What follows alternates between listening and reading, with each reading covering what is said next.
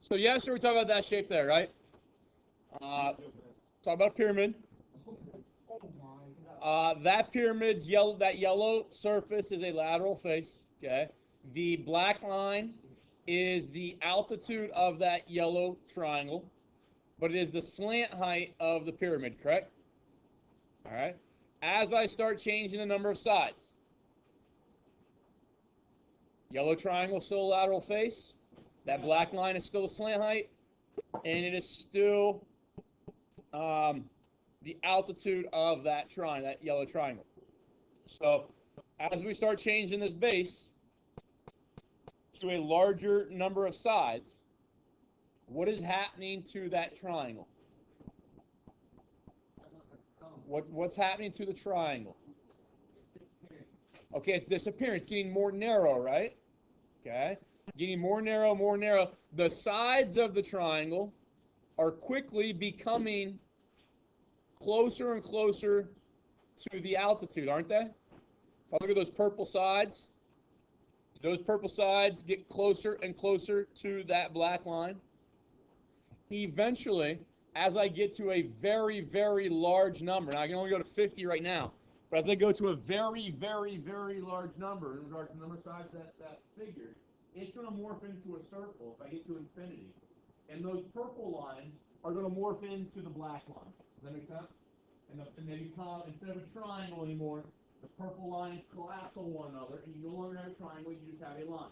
Okay? But that black line was the slant height of the pyramid.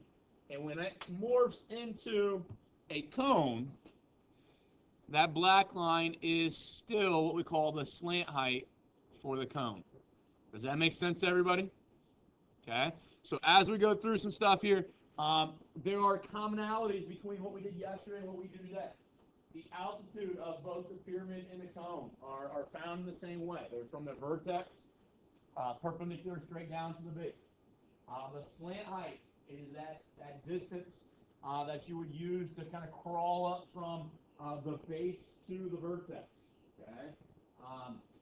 Yesterday in our pyramid, we had multiple triangles that we were messing around with that are going to help us kind of determine radiuses and slant heights and altitudes. But in a cone, what can you tell me about maybe that triangle there compared to that triangle there? They're the same. So in a cone, things actually get a little bit more simplified in regards to trying to find components to plug into our formulas. Now we'll talk about our formulas and how we get them, because it's not, if I gave you the formula for a cone right away, the cone's formula is pi RL for lateral area, okay? That is not very insightful on where it came from, okay? So what I want to do is go through that process of showing you where it comes from. So with cones, again, just like every other three-dimensional shape, we have these nets, okay? And basically with a cone, what we're going to do is we're going to pop off the top of it, and we're going to slice down perpendicular to the base, okay? Kind of visualize maybe like a snow cone piece of paper, like what you hold the snow cone, the ice in, that piece of paper, okay? If you were to rip that from the vertex to the rim, you should be able to lay that piece of paper out flat on the desk. Teachers, pardon interruption. At this time, those seniors who are taking part in today's senior walkthrough may be dismissed. Seniors. So when we lay this out, okay, so this cone sliced here, laying it out flat, it will lay out like that, okay? What kind of shape is that blue region? Hey, I'm just checking. Did seniors know that they were supposed to go do this before today? Oh, yeah. We have to remind them? Oh, yeah. We just like making announcements. Yes. Shut up, Carter. All right, so we get that blue shape, and that blue shape is a what?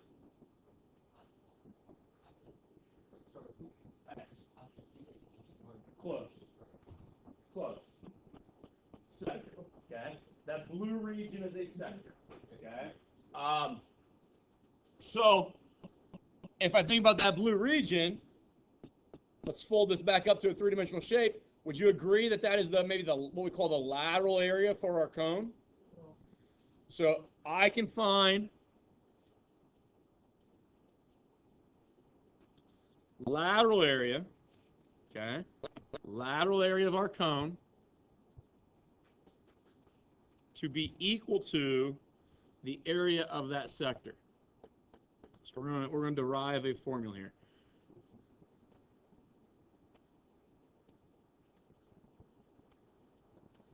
All right, so lateral area of your cone is equal to the lateral area, equal to just the area of your sector. Okay? Do you guys remember what the formula was for finding the area of a sector? What was it? It's like degree over 36. Okay, some arc degree over 360. Then what? It's an area times pi r squared. Okay? So this thing here, this blue sector, is coming from a larger circle, right? Okay? Terrible drawing, but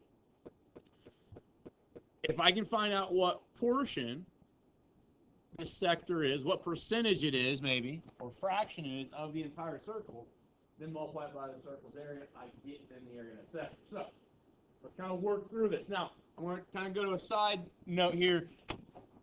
This here is in regards to degrees. We do not know how many degrees the arc of our sector is, okay? When I look at the arc of my sector, okay, when I look at the arc of this blue sector, it is this distance right here. Okay, it's that red distance. Does anybody know, and we don't know the degree, but what would that relate to? Okay, that arc is what of the cone? What I mean by that, okay, good. So that red distance I have highlighted is equivalent to this distance around my cone, but it's laid out that way. Does that make sense? So you told me that this red distance, this arc, is equal to the circumference of this orange circle, right? What's the circumference of that orange circle if the radius is r? 2 pi r. Okay? So, right here, I don't know the degree of that red arc, but I know its length. Okay? And here's my argument now. That's what I'm going to put there where I've got arc. I'm going to put 2 pi r. But this is the reason we can do this. If we go over to this is what we've done in the past, where I deal with, maybe this is 30 degrees, okay? So this angle right here of this sector is 30 degrees. If I wanted to figure out what portion of the circle this sector is, I would take 30 divided by 360, right? And that gives me, what you're seeing down here is 0.08333333 repeating forever, okay? What I'm going to do is I'm going to take this distance of this arc, the distance of that arc, or the length of that arc, which is this number right here, and I'm going to divide it by the circumference. So the argument is I should be able to take this distance and place it on the circumference the same amount of times that I can take this sector and place it inside the circle. Does that make sense? So if I do that, if I take the blue number F and divide it by circumference, which is this number here, B, you see how it still gives me the 0.0833 number? Okay? So it's telling me that if you are going to use this formula for the area of a sector, you can either use the arc in a degree mode, okay, or fashion, divide by 360, or you can use the length of the arc, and then compare that to the entire circumference. Okay? So, that's what we're going to do. We're going to use length. We're going to change this to length of arc divided by circumference, and then times pi r squared. So now doing that,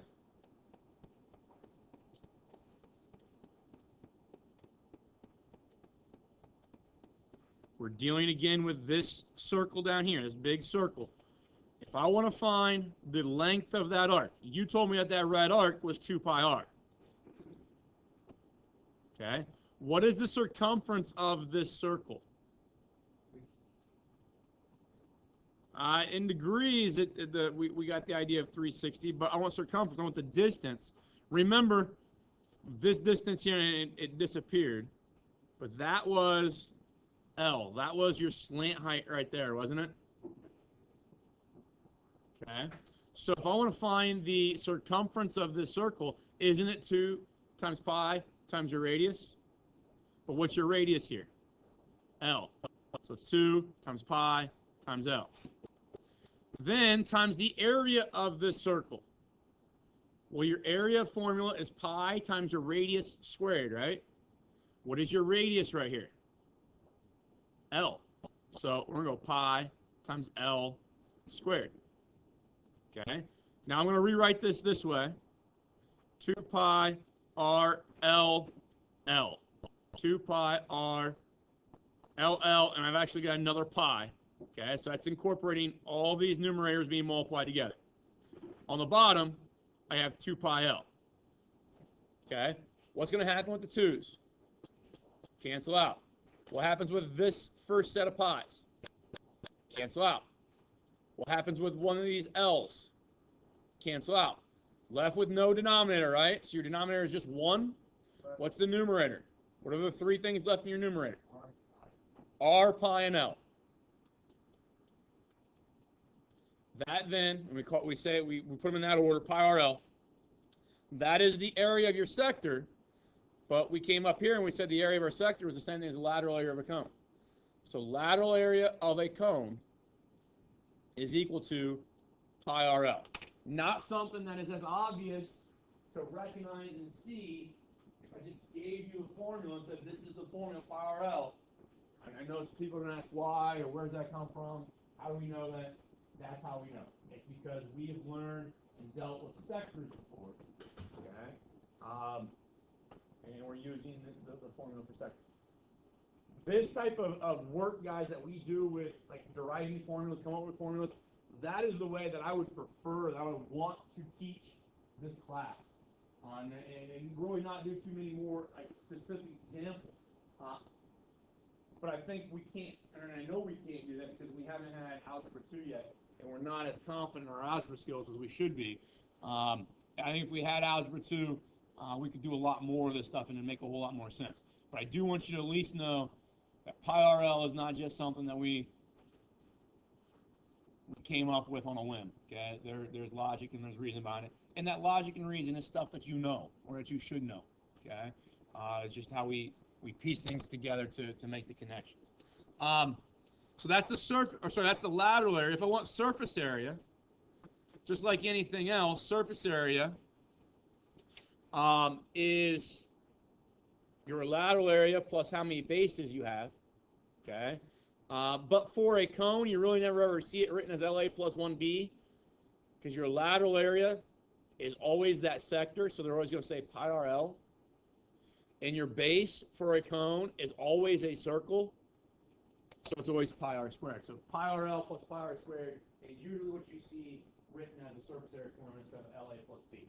Remember, LA plus B is written that way based off for pyramids and for prisms because the lateral area is going to change because the perimeter changes, or B is going to change because the base is changing.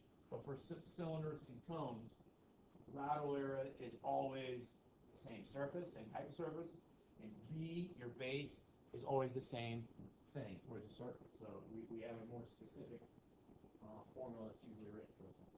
Pi r L plus pi r squared. Is that okay?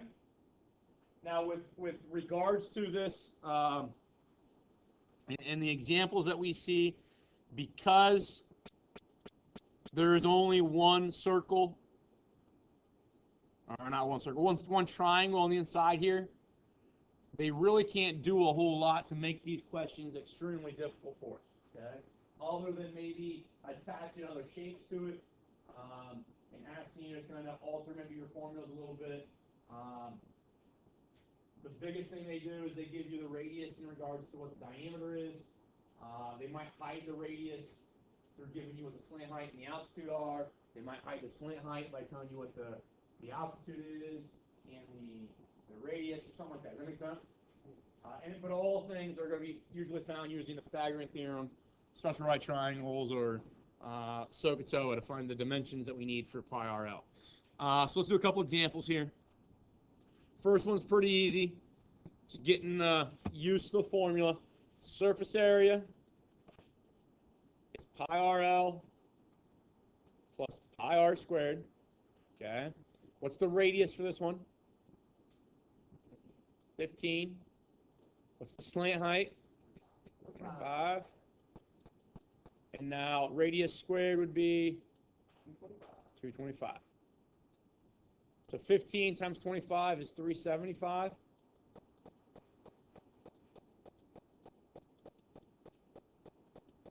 That should give me a total of 605 centimeters squared. 605 centimeters squared. And that's, again, that's one of those questions where we really are going to do any intermediate work, right? Or preliminary work. It is pluck the values of the picture, insert them into your formula, and evaluate. Okay. The next couple questions are going to ask you to do some preliminary stuff. Okay. And that's the types of questions that I'm going to present you more often on your test and quiz for this chapter. Here's an example where they don't tell you to find surface area or lateral area. They hide it within just kind of the common knowledge of what a funnel is. Okay. If I'm in chemistry, or maybe it's a coffee filter or something like that, and it's a conical filter, and I need to pour something into it. Okay. If I'm doing that, I'm going to pour something into this. Does this filter have a top to it? No. Okay. So when they ask me the amount of paper that is required to make this filter, I'm just looking at the what? Lateral area. So I should go pi RL. Okay. Now looking at this, what is R for your cone? 40. Okay. So again, this is an example where they hide the 40 inside the diameter. Okay. Now I don't know L. L again would be that distance there, correct? So I'm going to look at the right triangle that's existing here. It's 45. That's 40. This is L. What am I going to use? Pythagorean theorem.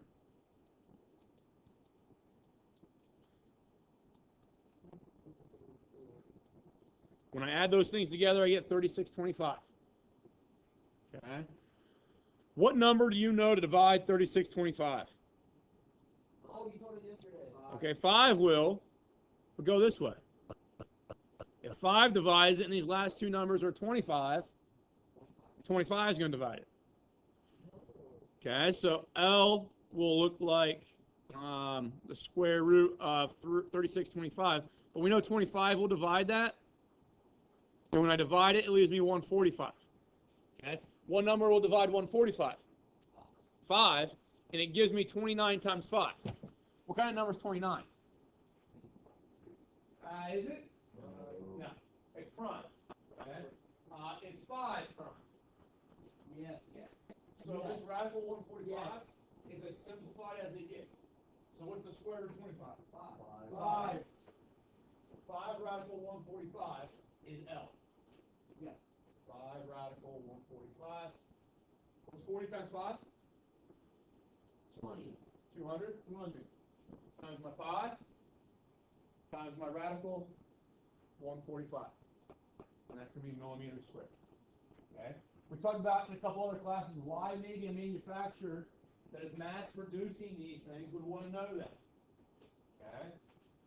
Because I'm going to mass produce this from a large piece of paper or some type of fabric, and I want to make sure that I minimize the amount of waste, right? So I would know what my die cast looks like. I'm gonna put like a cookie cutter almost idea on this paper to cut these things out, right? Okay. And I'm not going to want to cut these sectors out in kind of that orientation, am I? No, I want to see how many. Maybe my paper comes in these sheets. I want to pack these things in as tight as I can, right? So knowing this area here is going to be able to allow me to kind of predict how many of these cones I can get out of one sheet of paper or one sheet of fabric, and then that will allow me to predict how much I need to do in regards to ordering of paper, or maybe I manufacture a paper at the plant that I'm cutting these things out as well. It provides me a lot of data, a lot of information to make decisions. Does that make sense? And that's what math is all about, is providing us data to make decisions. Okay? There's one aspect of mathematics. Something that we do later on in a math class, or maybe even a physics or chemistry class, is that we say, okay, we're going to fill this thing with water, some solution, okay? And we're interested in the rate in which this water is going in, or solution is going in, and then obviously, because there's a tiny hole down here, we're interested in what's the rate that's coming out, okay? And with physics, hopefully you understand that the more water that's in the cone, the faster it's coming out, right? Does that make sense? Take a jug of water, take a gallon of water, put a hole in the bottom of it. Okay, fill it up with water, put a hole in the bottom. At first, the water is coming out pretty fast, right? But as that water level goes down, the pressure goes down, so then it eventually turns into kind of a dribble, right? Does that make sense? In calculus, in physics, we like to think about and try to analyze. If we know the rate in which the water is coming in, we should be able to determine the rate in which the water is coming out, and it depends on basically the height of this water on the inside. So another idea that we get within this type of question, I look at that cone, the overall cone, but there's also a cone of this water in here, right? And the cone of that water is going to be that triangle. Any ideas on what you know about these two triangles? They're going to be similar. So all that information in another class, and this is why we talk about cones at this level, and why we talk about similarity at this level, we need to understand those similarity properties and those conical properties when we get into further math classes. And when you get into those classes, you know, the physics teacher, the calculus teacher might not say, hey, remember in geometry, they just say, well, we see that these two things are similar, so these are the properties that attach to that. And this is the work that we're going to do. Here in this example, we're trying to find the surface area. So these are the types of things that they do when they want to make the questions a little bit more involved. Okay, instead of just plucking out values and putting in a formula, they ask you to kind of combine these things. Okay. Now my hope is that we understand this is always an issue that people have when they do these. Is we've got the surface area for a cylinder, right? And that is 2 pi r h plus 2 pi r squared, correct? Yes. We've got the surface area for a cone, which is pi r up plus pi r squared, right? And people say, well, that's a cone and that's a cylinder sandwiched together. So I'm gonna find the surface area of the cone, find the surface area of the cylinder with those dimensions, add them together, and I got my answer. But what happens is that there's too much area involved. Why? What happens when I just use those formulas the way they are? The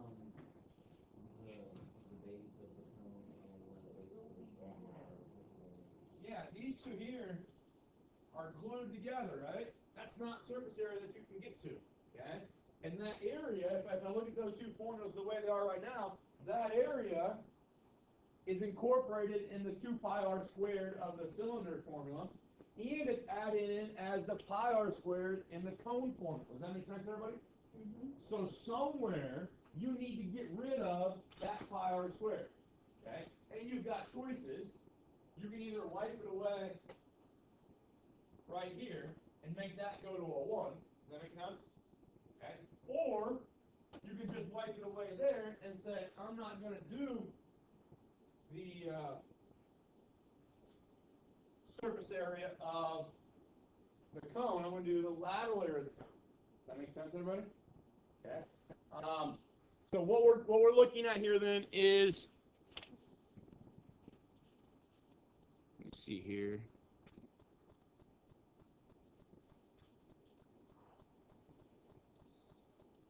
All right, so if I go 2 pi RH plus 2 pi R squared, okay, I'm going to make that a 1 pi R squared. Is that okay with everybody? Okay. And if I make that a 1 pi R squared, that means I'm going to find the surface area of this cylinder without finding that area, or not incorporating that area. Okay. Then I'm going to wipe that away as well and find the surface area of this cone, or the lateral area, I'm sorry, of this cone. And now the sum of those two things should be good to go, right? Okay. So what is the radius of the cylinder? 5. What is the altitude of the cylinder? 6. Plus then pi r of the cylinder again was 5, right? So we'll square that. That turns in to give me, that's 30, 60, 85 pi.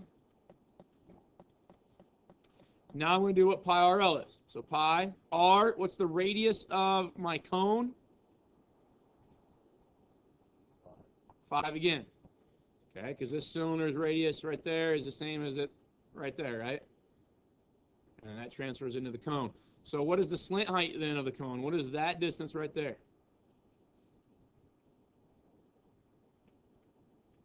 If I pull out this triangle, this is 12, this is 5, L has to be 13. Pythagorean theorem, 12 squared plus 5 squared equals 169. Square root 169, you get 13. So L becomes 13. So multiply that out, I get 65 pi. What am I going to do with that number and that number?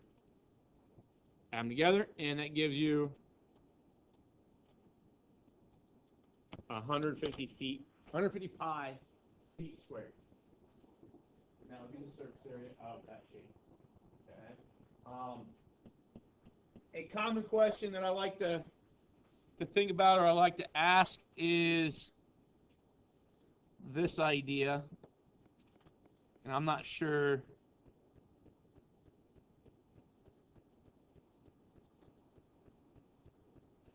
whether I can do it the way I want to, so give me a second. Okay, so a potential question is, if I look at this cone right here, we should be able to find the surface area of that cone, right? Okay.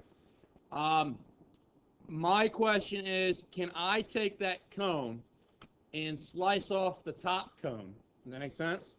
So slice this thing off. Try to visualize what you would be seeing there. You'd be seeing kind of like a lampshade. Okay. That is called a frustum of a cone. Okay, when you chop the top off. Okay. I could ask you to find the surface area of that thing, and if you think about it, it is directly linked to being able to find the surface areas of the overall cone, and then just the surface area of the top cone, right? Does that make sense? I find the overall, think about this, find the overall surface area of that cone, and then find the lateral area of this cone. Does that make sense? And I subtracted those. That would give me the surface area of that lampshade, but then it would not give me that top circle area added in. Does that make sense? So give me like the area of the lampshade and that bottom circle. I would need to then go calculate what the area of this circle here is. Okay? So those are little things that we like to do, and there are some formulas that are for frustums. You can Google surface area formula for a frustum, and it'll tell you, and it's based off of the radius of the big circle and the radius of the small circle, and that kind of stuff. But this is a probably more direct process of doing it than what that formula is. Okay? If we think about what a frustum is, going back to what we did the other day with rotations, okay? If I take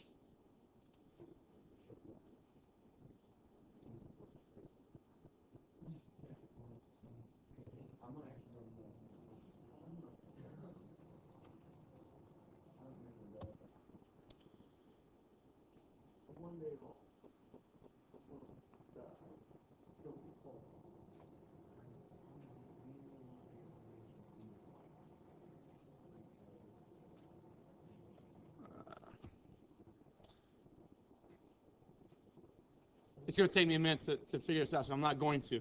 But if you think about taking a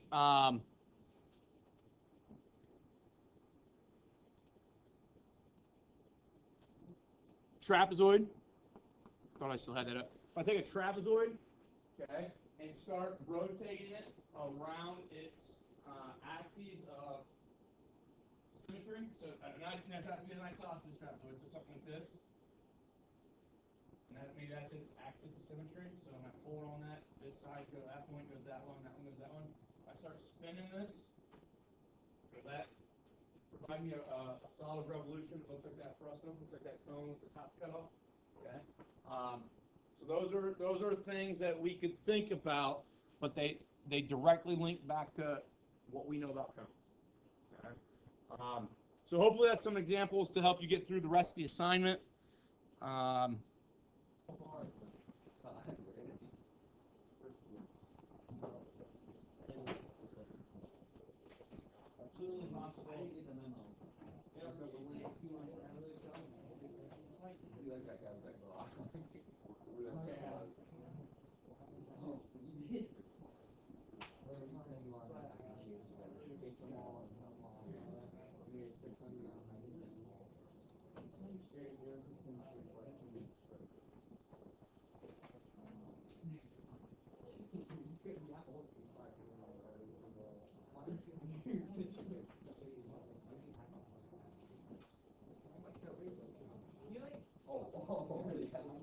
That many rounds nonstop. Cody, what did you do? How'd you get that shirt? You didn't play last year.